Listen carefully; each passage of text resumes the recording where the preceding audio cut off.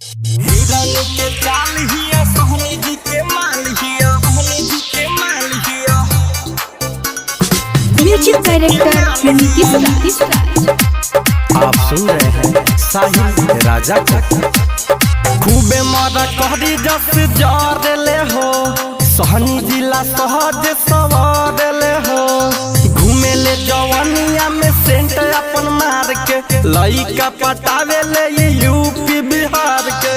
हिरन के चाल हिया सोहनी जी के माल हिया सोहनी जी के माल हिया। देखे में बवाल हिया सोहनी जी के माल हिया।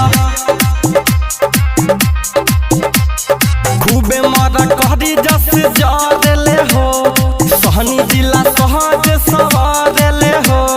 घूमे ले जवानिया में सेंट अपन मार के लइका पटावे ले ये यूपी बिहार के। हिरन के चाल हिया सोहनी जी के माल हिया। राजा मस्त देखे में बवाल हिया सोहनी जी के माल हिया। डीजे नीतीश राज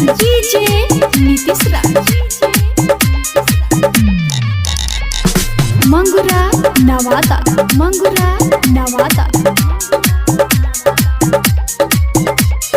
चिकन चिकन गाल बावे ताल पहिलावेले सोहनी जी के लइका ई गोदी में खेलावेले। चिकन चिकन गाल बावे ताल पहिलावेले सोहनी जी के लइका ई गोदी में खेलावेले। खेसारी के दाल हियो सोहनी जी के माल हियो।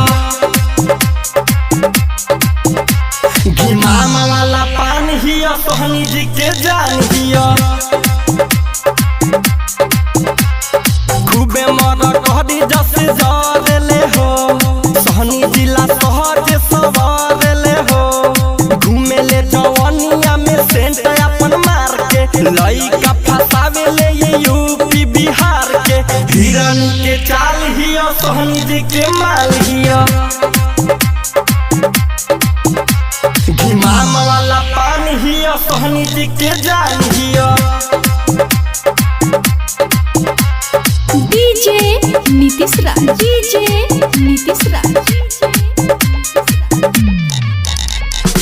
मंगुरा नवादा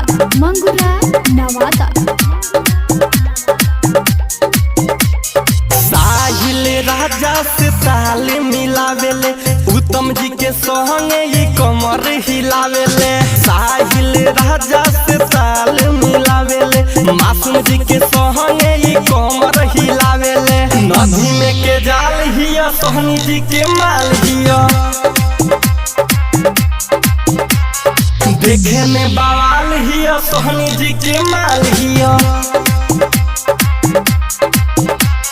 खूबे मारा कहरी जस जारले हो सोहनी जिला सहज सवारले हो। घूमे ले जवानिया में सेंट अपन मार के लइका पटावे ले ये यूपी बिहार के। हिरन के चाल हिया सोहनी जी के माल हिया।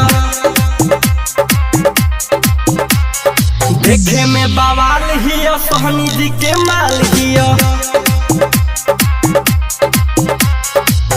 डिजिटल रिकॉर्डिंग स्टूडियो हर सीधी।